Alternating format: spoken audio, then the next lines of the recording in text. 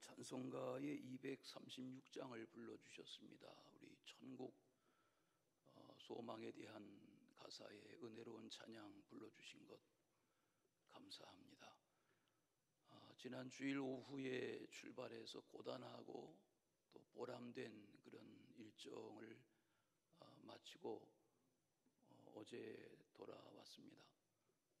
고단했지만 우리 코로나 덕분에 교우들에게 소식을 알릴 수 있는 그런 카톡방이 엮여 있어서 선교 현장에 나가서 해보지 않던 일을 틈틈이 해서 여러분의 소식을 전했기 때문에 안전하게 돌아온 것 감사하고 오늘 말씀을 나누는 중에 은혜가 되시길 바랍니다. 이 로마서는 8장까지 1장에서 8장까지의 내용은 예수 그리스도를 믿는 믿음으로 구원받는다는 것이 뭔가 그런 내용을 편지로 가르치고 있습니다. 그리고 9장, 10장, 11장은 유대인이라고 아브라함의 후손이라고 해서 구원받는 것 아니다. 이방 사람이라도 누구든지 예수 그리스도가 누구신지를 알고 믿고 따르면 하나님의 자녀가 될 수 있다. 그런 내용을 강조하면서 돌감람나무와 참감람나무의 원리로 접붙임의 교훈을 말씀한 비유가 그 분량 가운데 나옵니다. 오늘 이 12장에 시작하는 말씀을 대하시는데 12장부터 15장까지의 내용은 그러면 그런 복음을 깨달은 성도라면 세상을 어떻게 살아가야 할까?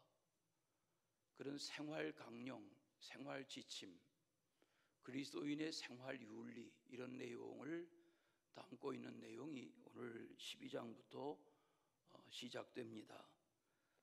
내년에 우리 서울연회에서 목사 안수를 받을 진급 중인 전도사님들에게 이번 11월에 저에게 한 과목 강의 부탁이 왔는데 기독교 윤리라는 과목을 좀 강의했으면 좋겠다. 그래서 옛날 학교 때 배웠던 기독교 윤리학 책을 다시 샀습니다. 그래서 요즘 들여다보고 있는데 여러분 기독교 윤리가 뭡니까? 우리가 무슨 도덕, 윤리 이렇게 말하는데 기독교에는 기독교 윤리가 있습니다. 기독교인은 기독교인답게 살아야 한다는 거지요. 아는 대로 행하고 믿는 대로 행하고 또 말한 대로 행하고 이렇게 지행일치, 언행일치, 신행일치 말만 잘하지 말고 가르치려고만 들지 말고 남들의 부족이나 허물을 지적질만 하려 하지 말고 자기 자신을 성찰해서 타산지석의 교훈을 삼고 세상에 빛이 되고 향기가 되는 그리스도인다운 삶을 살아야 된다. 그것이 기독교 윤리의 근본이죠. 오늘 말씀은 그런 내용입니다. 가정의 자녀들도 말로 가르치는 것 같지만 사실은 자녀들은 보고 배우는 거죠.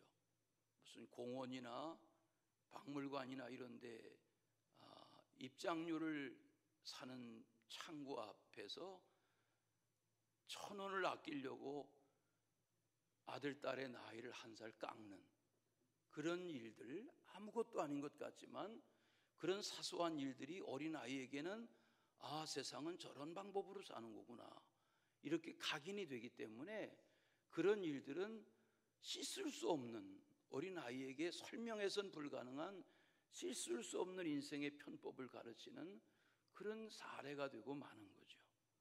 성도들이 마찬가지입니다. 예수 믿는 엄마 아빠, 예수 믿는 집안 사람, 예수 믿는 회사의 사장, 예수 믿는 직장의 선후배 동료, 예수 믿는 사회의 시민 이렇게 예수 믿는 사람이라면 어떻게 살아가야 하는 건가 그런 내용들이 오늘 말씀에 담겨 있습니다. 바울은 구원의 길이 무엇인지, 죄가 무엇인지, 하나님의 자녀가 되는 길이 무엇인지, 천국 백성이 되어 산다는 것이 무엇인지 이런 내용을 낱낱하게 자기의 체험의 바탕에서 편지할 뿐만 아니라 그렇다면 그리스도인은 어떻게 살아야 할까 그런 내용을 말씀하는 것입니다. 성도로 살아간다는 것은 어떤 삶인가? 하나님의 자녀로 산다는 것은 무엇인가? 성도가 교회 안과 세상에서 어떻게 살아야 되나?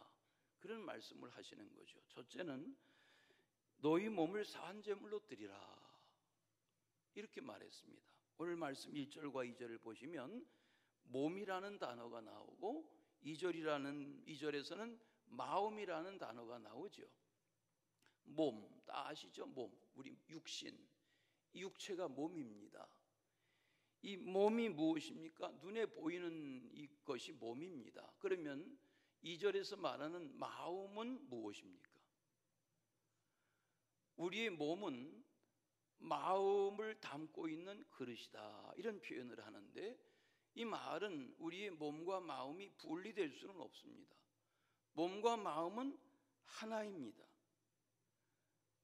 마음이 더러우면 몸도 더러워집니다.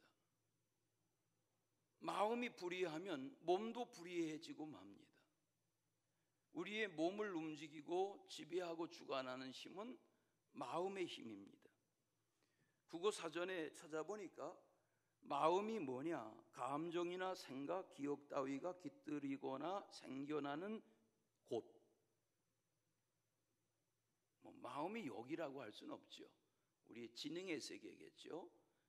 감정, 생각, 기억, 이걸 다스리는 곳, 그런 사고 체계, 이걸 마음이라고 한다. 두 번째, 무엇을 하고자 하는 뜻, 어떤 의지, 이걸 마음이라고 한다.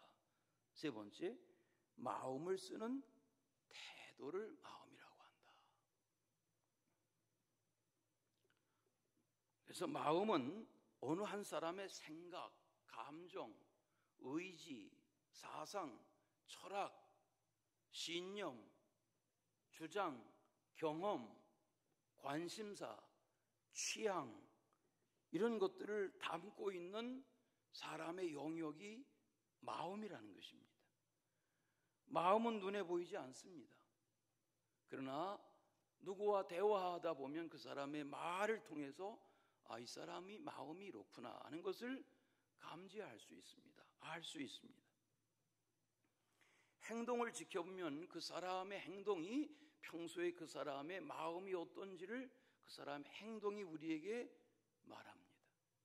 마음이라는 것입니다. 사람의 삶은 마음의 지배를 받습니다.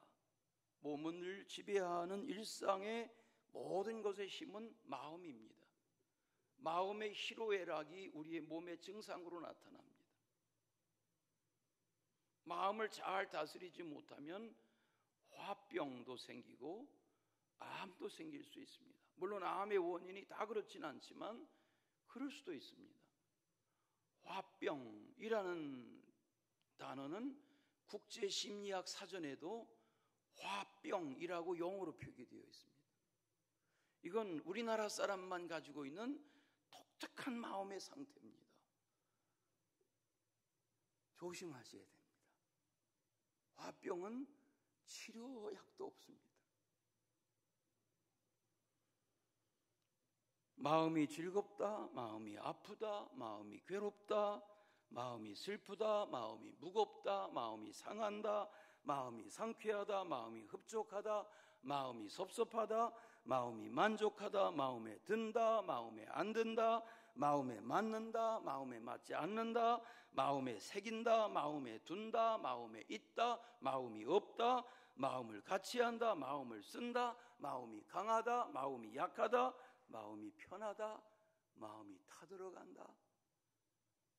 제가 어젯밤에 다 쓴 겁니다. 이거. 우리 마음이 이런 겁니다. 우리 마음은 묘한 것입니다.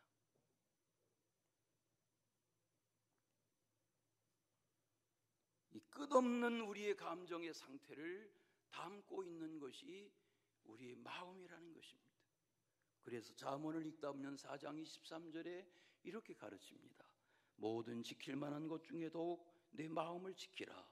생명의 근원이 이에서 남이니라. 마음입니다. 너희 몸을 산제물로 드리라 하는 말은 우리의 몸을 주관하는 마음의 영역을 교훈하기 위해서 이 말씀을 하시는 것입니다. 나의 삶에 있어서 하나님이 기뻐하시는 바가 뭔지, 하나님이 거룩하게 여기시는 바가 뭔지, 하나님 안에서 어떻게 살아가야 할지, 이것을 깨달아서 살라는 것입니다. 잔 칼빈은 이런 말을 했습니다. 우리의 몸이란 우리의 인격, 우리 자신을 뜻한다. 그렇습니다. 우리의 몸은 그 사람 됨을 말하는 것입니다. 아무 옷이나 입으면 안 됩니다. 아무렇게나 외모를 하면 안 됩니다. 왜? 그 사람의 마음의 표현이기 때문에 그렇습니다. 오늘 말씀해 보십시오. 하나님이 기뻐하시는가? 하나님이 보시기에 거룩한가? 하나님 앞에서 영원히 살아있는 재물답게 살아가고 있는가? 이런 질문 앞에 대답하며 살아야 된다는 겁니다. 산재물이라는 말은 일회적인 것이 아닙니다. 지속적이고 영원한 재물 인생으로 살아가야 한다는 가르침입니다. 삶의 태도를 말합니다. 순간의 순결이 아니라 순간순간이 이루어져서 평생에 주님 앞에 나아가기까지의 거룩한 삶을 살아가야 한다는 것입니다. 나 주님의 기쁨 되기 원하네, 이렇게 찬양만 하지 말고 주님의 기쁨이 되는 삶을 살아가야 한다는 것입니다. 거룩 거룩 거룩 전능하신 주여, 이렇게 찬양만 예배 시간에 부르지 말고 거룩하신 주님의 임재 앞에 살아가야 한다는 것입니다. 과거에 거룩했던 자신의 삶의 어떤 체험에만 붙잡혀 있지 말고 지금 내가 이 거룩한 삶을 계속 유지해가는 그런 거룩한 삶의 자기 경험이 이어져야 한다는 것입니다. 바울은 당시에 타락한 로마 도시를 향해서 아직 가본 적이 없지만 브리스길라 아굴라를 통해서 자세하게 들었던 로마를 마음에 품고 평생을 살면서, 우리가 최근에 마친 사도행전 마지막 장에 보면 거기에 죄수의 신분으로 끌려가서 이태 감옥에 갇혀 있으면서 찾아오는 사람들에게 하나님의 나라를 전파하고 가르치려 했던 것처럼 그는 가보지 못했지만 지금 이 로마서를 써서 타락한 도시, 음란한 도시, 세속적인 도시의 시민들과 성도들에게 이 삶을 살아가자 하고 권고하고 촉구하는 말씀이 이 말씀입니다. 오늘 말씀을 읽다 보면 왜 이렇게 말할까?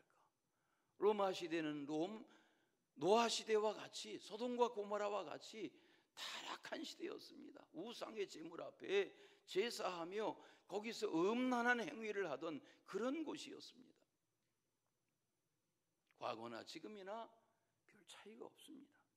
오늘날도 마찬가지입니다. 지킬 박사와 하이드라는 영국의 스티븐슨의 단편을 아십니까? 다 이야기할 시간은 없지만 낮에는 명망 있는 의사입니다. 버블합니다. 존경받습니다. 근엄합니다.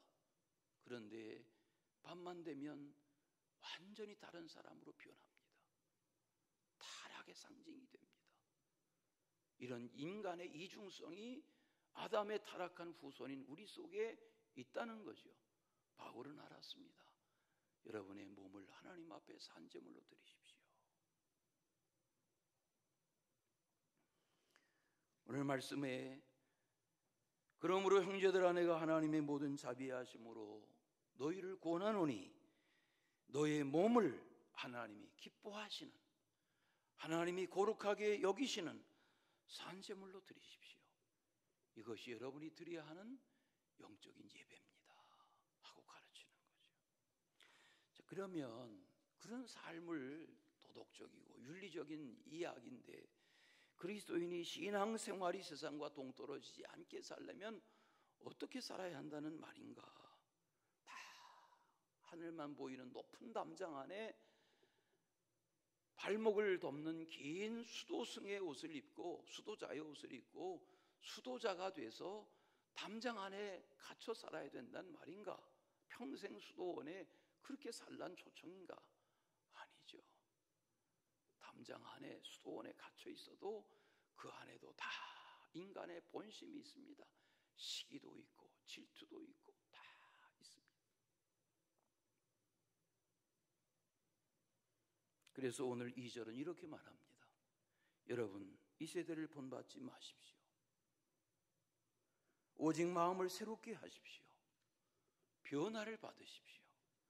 하나님의 선하신 뜻, 기뻐하신 뜻, 온전하신 뜻이 무엇인지를 분별하십시오. 이렇게 말합니다.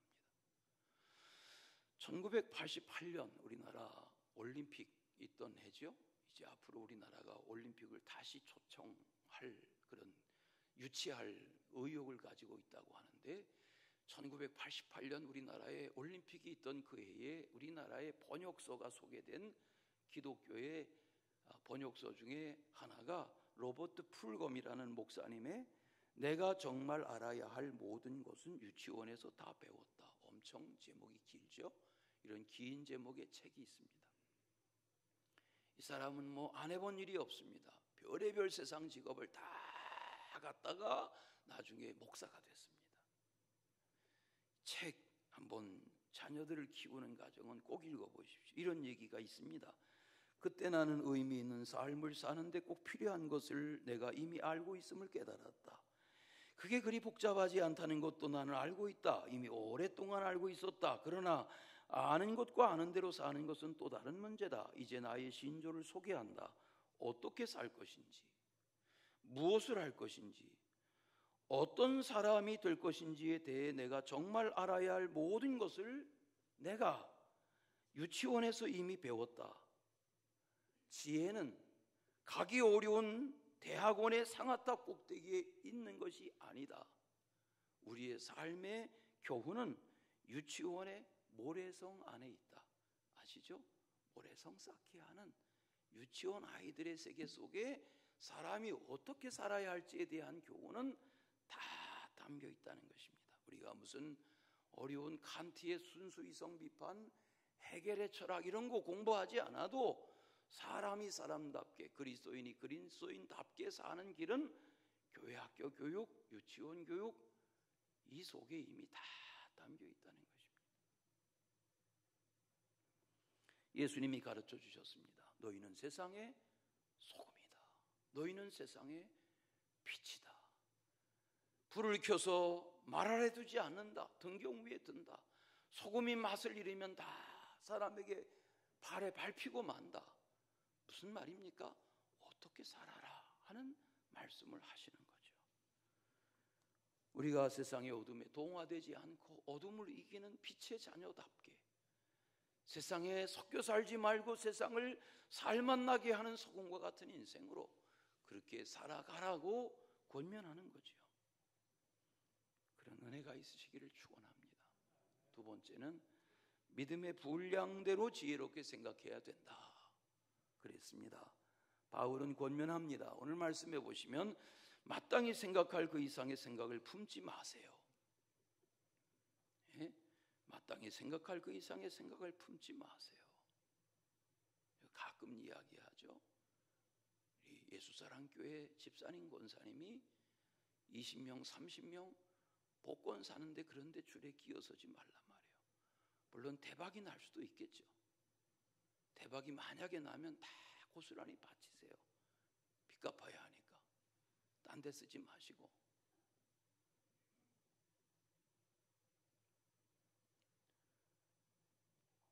어떻게 살아가라는 것인가? 허망한 생각을 버리세요. 예? 마땅히 생각할 그 이상의 생각을 품지 마세요. 허망한 생각 버리고 은사와 재주와 역량과 능력을 갈고 닦으세요. 그렇게 가르치는 거죠. 바울은 이것을 믿음의 분량, 밑줄 쳐보세요. 믿음의 분량이라고 말했어요. 또 말했어요. 지혜로운 생각. 예? 믿음의 분량으로 지혜롭게 생각하라. 오래전에 읽었던 책에 나오는 내용인데 이런 이야기가 있어요. 어느 미국의 누가 바닷가에서 대서양을 바라보면서 낚시질을 하는데 주변에 다른 낚시꾼이 보니까 이 사람은 좀 이상해요. 큰 물고기가 잡히면 다 버리고 조그만 물고기만 자루에다 담는 거예요. 그래서 물어봤어요. 너 좀 이상하다. 아니 왜 나는 큰 고기 잡으려고 이렇게 열심인데 잡히는 큰 고기는 버리고 조그만 것만 가방에 넣냐, 응? 망태에 넣냐 그렇게 물으니까 우리 집에 프라이팬의 길이가 이거밖에 안 된다 그랬다는 거예요. 여러분, 이게 웃을 이야기가 아닙니다. 심리학 책에 나오는 얘기입니다. 우리가 그렇게 살아왔는지도 모릅니다. 하나님은 내게 세상을 향하여 엄청난 일을 할 수 있는 믿음의 분량을 주셨는데 나는 여전히 내 믿음의 분량을 한 뼘 프라이팬의 분량으로 그렇게 제한하고 살아왔는지도 모릅니다. 오늘 바울은 말합니다. 믿음의 분량대로. 또 바울은 말합니다. 미련하지 아니고 지혜롭게 생각하며 사십시오 하는 겁니다. 어제 음악회 있었습니다. 많은 교우들 오셨고 우리 지방 목사님도 10여 가정이 다녀가셨습니다. 홀이 크다고 해서 염려했는데 많이 오셨습니다. 축하했습니다. 오케스트라의 연주도 품격이 있었습니다. 50여 명의 오케스트라 단원들이 무대를 가득 채웠습니다. 15명의 최근 몇 달 자라난 우리 어린이 합창단이 무대에 섰습니다. 마지막 앵콜 공연에는 나는 할 수 있어 라는 노래를 불렀습니다. 나는 할 수 있어. 그런 노래를 부르는 아이들을 집에서는 엄마들이 어떻게 키웁니까? 애들을 책망하고 꾸짖고 내까진 게 하긴 뭐래 이러면서 아이들의 꿈을 짓밟아 버릴 때가 많습니다. 우리는 그 아이들의 노래대로 가르쳐야 합니다. 잘했어. 너는 할 수 있어. 더 잘할 거야. 이렇게 가르쳐야 합니다. 우리 지방 목사님의 초등학교 1학년 아이를 눈여겨봤습니다. 제일 어립니다. 키도 작습니다. 차려입었지만 입이 뻥긋뻥긋 벌어지는 듯 마는 듯 했습니다. 그러나 이 아이가 새싹입니다. 이 아이들이 그런 환경에서 격려받으면 무대에 두려움이 없어지는 인물들이 되는 겁니다. 할 수 있다고 말해야 됩니다.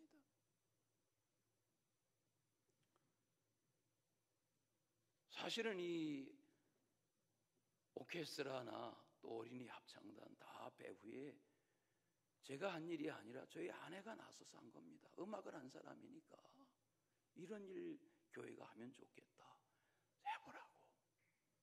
그렇게 시작한 작은 일들이 이런 엄청난 음악 사역이 불붙여진 겁니다. 앞으로 아마 어린이 합창단도 30명 40명 자라나는 날이 오리라고 봅니다.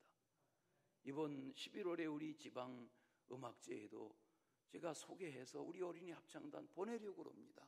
왜? 낯선 무대에 서보면 아이들이 세상을 알기 시작합니다. 거기에 우리 교회에서 자라난 자매들이 다 이미 청년들이 돼서 우리 자매들이 음악을 지도하고 가르치고 반주하고 하는 무대의 모습을 보면서 시간이 많이 흘러가고 있구나 그런 걸 깨달았습니다. 이번에 키르기즈스탄에서 수요일 오전에 달려가서 실크로드죠. 그게 북방의 실크로드 길을 달려가서 오후에 그리고 목요일 날 종일 금요일 날 아침에 헤어질 때까지 우리 조영철 목사님 댁에 머물렀습니다. 사모님은 하반신에 병이 와가지고 이 골반 수술을 하느라 한국에 와서 계시고 양말도 목사님이 신겨주고 벗겨줘야 할 정도로 그렇게 몸이 다 상해서 부부가 목사님인데 그렇게 한국에 와서 우리 머무는 수요일 날 한국에 수술을 받으시고 저희에게 안방을 내줘서 목사님은 응접실에 주무시고 우리가 그 집에서 머물면서 그렇게 하루 종일 선교의 이야기했습니다. 조영철 선교사는 우리가 미국에서 만난 지 25년이 됩니다. 30년 전에 한국인 최초로 미연화 깜리교회가 러시아에 선교사로 포성했습니다. 신학교 운영을 시작했습니다. 고려인들을 만났습니다. 러시아 사람들을 가르쳤습니다. 80여 명의 목사가 배출됐습니다. 그 중에 감독도 나왔습니다. 유럽과 러시아를 아우르는 유러시아 연회의 감독도 배출됐습니다. 그 목회자들의 제자들이 또 자라나고 제자들이 또 자라났습니다. 이번에 사진에 보내드린 에드워드는 그렇게 자라난 신학교의 3세입니다. 22살입니다. 신혼입니다. 이미 학교에서 가르치고, 이 목사님의 동서가, 사모님의 언니 남편 동서가, 장로님이 갑자기 암으로 세상을 떠나면서 선교지에 예배당 세워달라. 그래서 장례비 모아서 15,000불로 500여 평 시골 땅을 샀는데, 거기 그 에드워드 전도사가 다 가서 보니까 잔디를 심고 뭐 탁구대를 만들고 나무를 사다 뚝딱거리고 폐허가 되어 있는 이슬람의 모스크를 지려하던 건물을 사들여서 창고를 다 청소해서 천국을 만들어가며 일하는 20대 초반의 의욕 있는 사역자를 만나봤습니다. 이야기를 듣고 90이 넘으신 우리 조영철 선교사의 아버지 어머니 목사님 내외분이 2만 불을 또 미국에 내놓으셔서 그거로 또 제3자의 곳에 교회를 개척하고, 남편 72 동생이 또 2만 불을 내놔서 또 교회를 개척하고, 짧은 기간 동안 러시아에서 추방된 이후에 많은 일을 하는 이야기를 듣습니다. 카자흐스탄과 키르기즈스탄은 숲의 나라입니다. 특히 이 카자흐스탄은 보시는 것처럼, 이 카자흐스탄은 한 그루 나무를 베면 100그루의 나무를 심게 하는 그런 엄한 법으로 나라를 통치하고, 그래서 가로수를 봐도 가로수가 뭐 장정의 두 아람이 되는 그런 나무들이 길거리에 가로수로 있는, 야, 이게 도시에 나무를 심은 것이 아니라 나무숲 사이에 건물을 세워놓은 것 같은 그런 우울창창한 그런 나라입니다. 나라가 면적이 우리나라 남한의 28배입니다. 무한한 가능성의 나라입니다. 땅속에 기름과 지하 자원이 엄청납니다.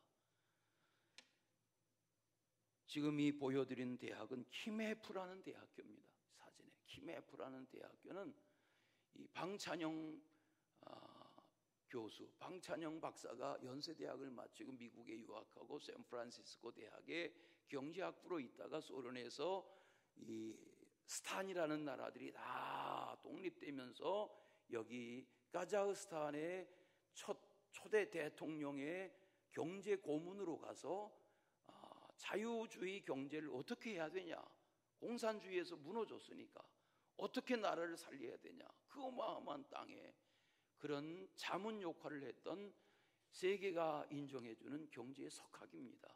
지금 36년생이니까 나이가 많으시죠. 지금도 대학의 설립자요, 경영자요, 총장입니다. 이 방찬영 총장님이 1993년에 91년, 92년, 93년 여기 카자흐스탄의 대통령 경제고문으로 지내다가 한양대학교에 와서 93년, 94년, 95년 잠깐 동안 한양대학교에서 경제학 석좌교수로 있었습니다. 그때 1995년 어느 날 아내와 아들과 딸이 삼풍백화점에 쇼핑하러 나갔다가 다 죽었습니다. 그 충격을 안고 다시 카자흐스탄에 돌아가서 슬픔을 안고 하나님의 도우심을 구하며 세계 경제계에서 지원을 받아서 내가 우연히 알게 된 이 나라, 동구권 공산주의에서 해체된 이 카자흐스탄의 인재를 키우자, 그렇게 해서 세운 학교가 이 키맵이라는 대학교입니다. 다 영어로 강의합니다. 3천여 명의 학생들 중에 한국인 유학생은 1%밖에 안 됩니다. 이 학생들이 1년에 수백 명씩 쏟아 나와서 이 나라의 경제를 움직입니다. 지금은 만불의 나라이지만 그 어마어마한 자원에 앞으로 이 나라는, 여러분 가보십시오. 가보면 와, 이런 무한한 가능성의 땅. 그러나 그들은 이슬람이 지배하고 있고 러시아 정교회의 지배를 받고 있습니다. 기독교회는 1%도 안 됩니다. 거기에 선교사들이 나가서 학교를 세우고 목회자를 양성하고 복음을 전하고 교회를 개척하고 하는 모습을 봅니다. 세계는 넓습니다. 하나님이 하라 하시는 일은 많습니다. 주님이 오늘 우리에게 말합니다. 하나님이 기뻐하시는 일을 하세요 하고 가르치는 것입니다. 제가 늘 마음의 안타까움을 가지고 여러분 교회에 속회 편성으로만 되어 있고 교족으로만 되어 있는 젊은이들 1시간 10,000원을 벌어보려고 교회도 다니지 않고 주일날 다 돈 벌러 나가는 이 학생들, 젊은이들, 20대 아이들 보면 마음이 무너지는 것 같습니다. 지금 돈 몇 푼 벌려고 나가야 될 때가 아닌데 실력을 키우고 밤을 새우고 자신의 가치를 키워야 되는데 내가 어려서 무릎 위에 앉혀서 안수해 주던 아이들이 다 도망가 버렸습니다. 이 아이들을 어떻게 해야 합니까?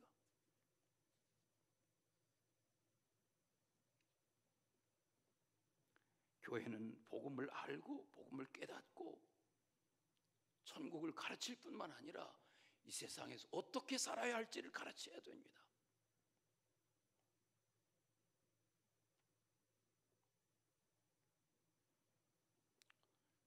오늘 방찬양 박사처럼 고난이 있습니다. 슬픔이 있습니다. 환난이 있습니다. 외롭습니다. 죽고 싶습니다. 그러나 이겨야 됩니다.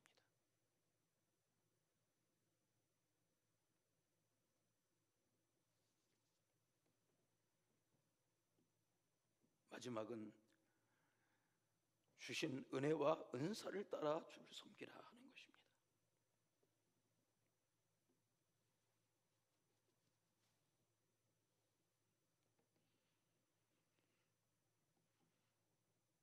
우리 몸에는 많은 지체가 있습니다. 기능이 다릅니다. 은사도 다릅니다. 역량도 다릅니다. 바울이 뭐라고 말합니까? 발이 손도로 뭐라고 하면 안 된다. 귀가 눈도로 뭐라고 하면 안 된다. 바울이 고린도전서 12장에서 말합니다. 만일 온몸이 눈이면 듣는 곳은 어디냐? 온몸이 듣는 것이면 냄새 맡는 곳은 어디냐? 눈이 손도로 쓸데없다고 말하면 안 된다. 머리가 발도로 필요 없다고 말하면 안 된다. 몸은 다 하나다. 몸이 어디가 고통스러우면 다 고통스러운 것이다. 몸이 어디가 아프면 다 아픈 것이다. 이렇게 가르치는 겁니다. 초창기에 오르간을 풍금이라고 했습니다. 저는 여러분에게 여러 번 말했습니다. 오르간을 풍금이라고 했습니다. 오르간 연주하기 위해서는 커튼 뒤에서 풍로질을 하는 사람이 있었습니다.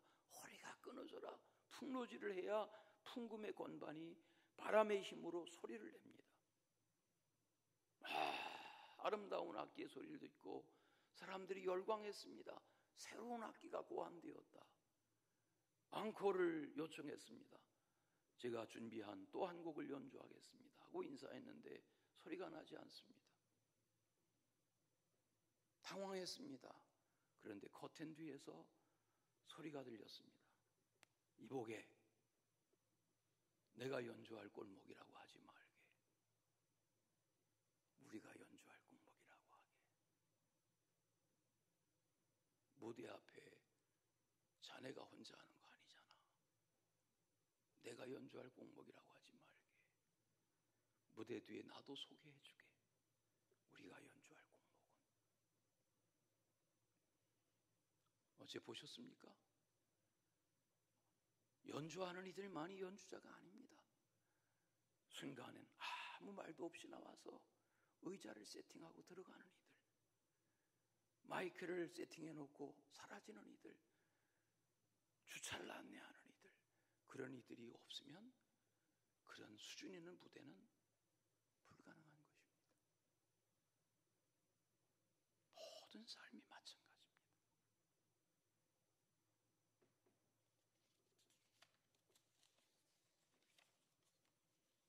오늘 본문에 다시 와서 보십시오. 6절 말씀에 우리에게 주신 은혜대로 받은 은사가 각기 다르니, 그 밑줄 쳐보세요. 우리 각 사람에게 주신 은혜대로 받은 은사가 각기 다르니, 다르다는 생각해 보십시오. 다 설교자 하면 누가 듣겠습니까? 다 피아노만 치겠다고 하면 키보드는 누가 연주하겠습니까? 다 방송실로 달려가면 누가 차량 안내하겠습니까? 우리는 다 각기 은사를 따라 섬기는 것입니다. 가정도 마찬가지입니다. 엄마의 역할, 아빠의 역할, 부모님의 역할, 자녀의 역할 분담되어 가정을 이루는 것입니다. 제가 생각날 때마다 이야기하죠. 가족, 패밀리라는 것은 Father and Mother, I love you. 그 머린 말의 합성 단어가 패밀리라는 단어다. 뭐 누가 만든 말이겠죠. 그렇지만 기가 막히게 만들었지 않습니까? 가정은 그런 것입니다. 오늘 말씀해 보십시오. 다 같이 은혜, 또 은사. 은혜라는 것은 하나님이 나에게 값없이 부어주신 사랑, 이 은혜입니다.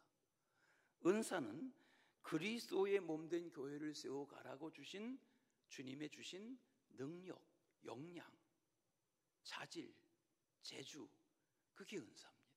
다 다릅니다.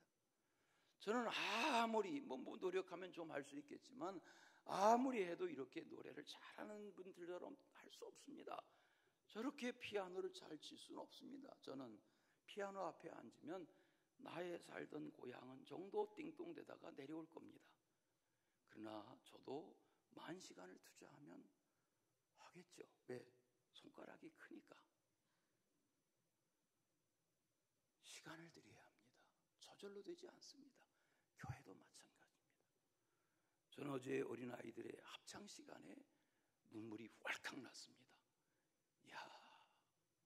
오케스트라의 연주도 귀하지만 어린아이들의 그렇게 쭈삣쭈삣하던 아이들이 어제 딱 넥타이를 매놓으니까 폼나게 하는 것을 보면서 눈물이 핑 돌았습니다. 저 아이들이 앞으로 20년, 30년 후에 다 교회와 세상의 열방의 인물들이 될 텐데. 오늘 말씀에 돌아와 보십시오. 은사의 종류를 말합니다. 예언입니까? 섬김, 가르침, 위로, 구제, 다스림, 긍휼. 여기 로마서 12장과 고린도전서 12장, 에베소서 4장을 묶어보면 은사가 뭔지를 말하고 있습니다. 그 중에 몇 가지 은사를 오늘 말씀이 교훈합니다. 하나님의 말씀이라고 하면 어떻게 해야 하는가? 믿음의 정도에 맞게 해야 한다. 알아듣게 해야 한다는 말입니다. 섬기는 일이면 어떻게 해야 하는가? 잘 봉사함으로 해야 합니다. 교사는 어떻게 해야 합니까? 잘 가르쳐야 합니다. 엘리베이터 안에서 교재를 읽어보는 거로 끝내서는 안 된단 말입니다. 미리 잘 준비해서 가르쳐야 합니다. 권면하는 사람은 어떻게 해야 합니까? 격려해야 합니다. 사람이 세워지도록 책망으로 끝나지 않고 격려해야 합니다. 이번에 그 선교사님이 그런 말 들었습니다. 플러싱 제1교회, 미국의 유명한 교회입니다. 한인교회 중에 큰 교회입니다. 목사님이 50대 후반에 췌장암으로 몇 달 만에 돌아가셨습니다. 큰 교회. 근데 그 목사님이 말합니다. 그 목사님이 나를 아들처럼 여겼는데 어떤 때 책망할 때는 이놈아 정마나 하고 책망하면 가슴이 섬찟하지만 나는 전혀 그분에 대해서 고가움이 없었고 나를 사랑해서 그러시는구나. 그게 막 느껴졌다는 얘기를 해요. 맞아요. 책망도 사랑이 담겨있는 책망은 뭔가 달라요.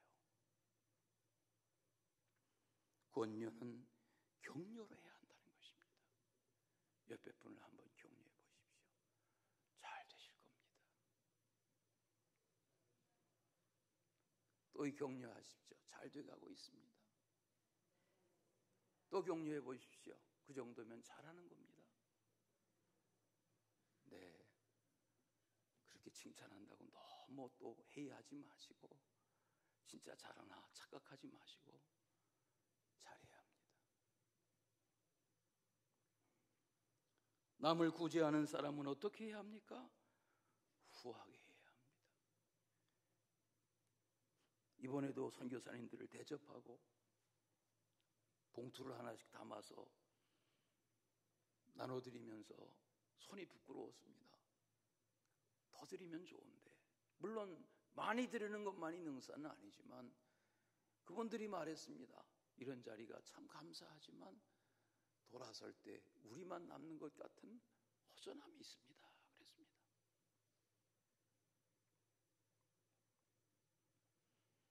그 다음에 다스림에 대하여 말합니다.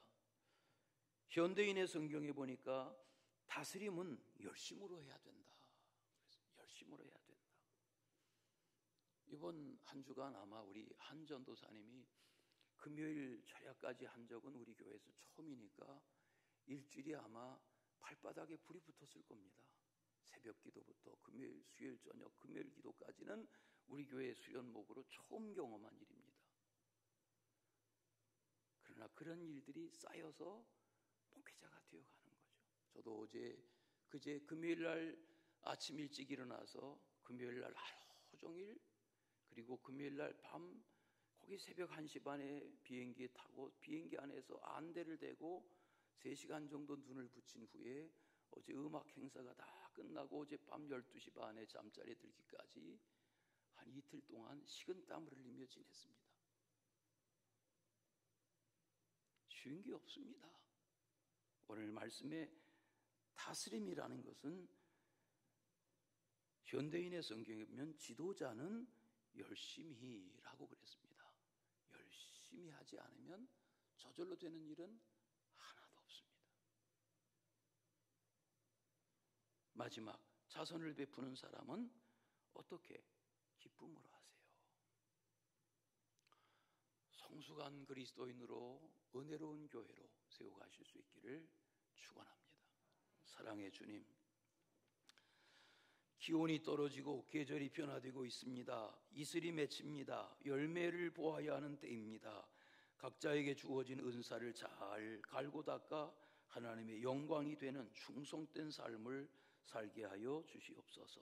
예수님의 이름으로 기도합니다. 아멘.